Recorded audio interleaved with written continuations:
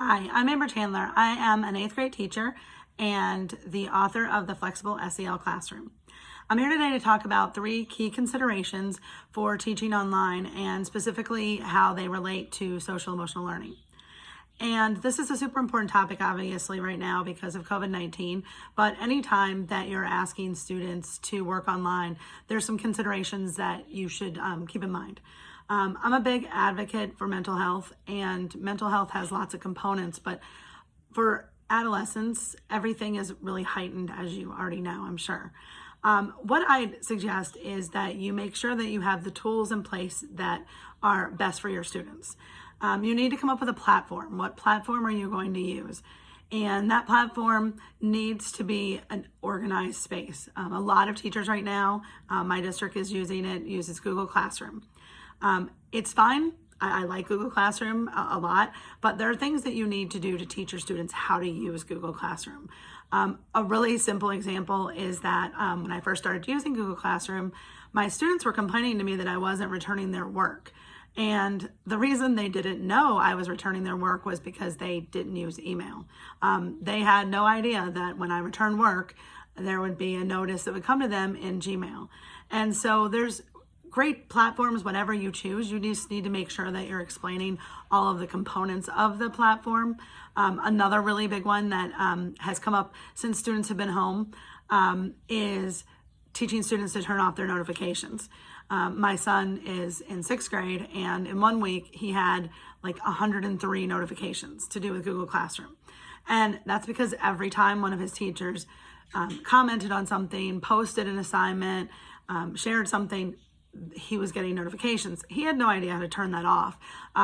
But for a kid in 6th grade who doesn't really want to be home, 100 and something emails from his teachers is a lot. And so making sure that we have the tools that are appropriate for learning from home, but also making sure that we're aware that all tools have limitations.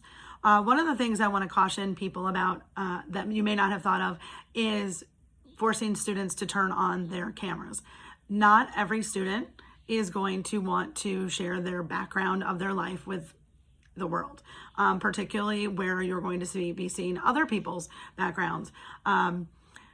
That students may go outside. They may be doing that to avoid the inside of their house.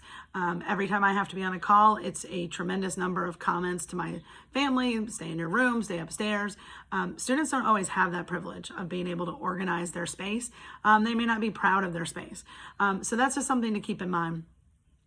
Speaking of instruction, there's really 3 pieces that would be very helpful for kids' social emotional needs, is to provide instruction in 3 kind of separate ways. One would be synchronous instruction.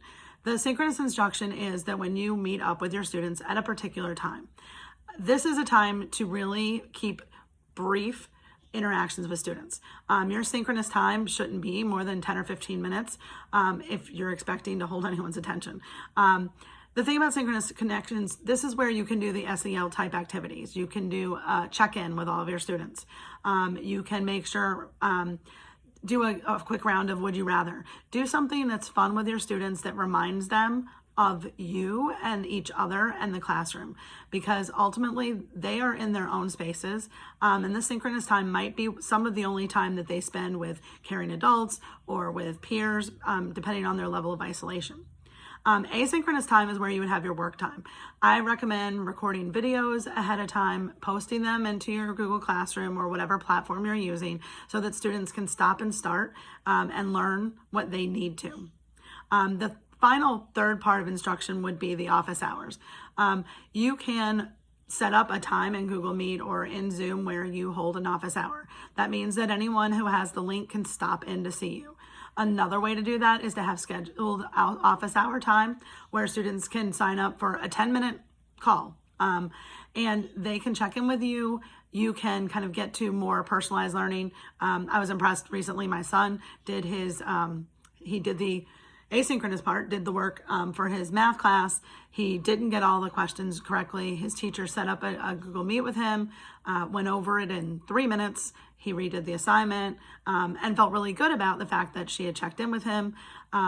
and didn't give up because he couldn't understand it from just the video instructions. So making sure that we are using the correct tools, making sure that we're using a combination of synchronous, asynchronous, and office hours.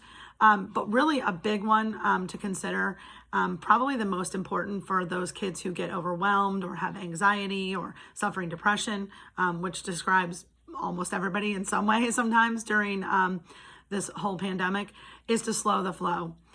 Put everything in one place.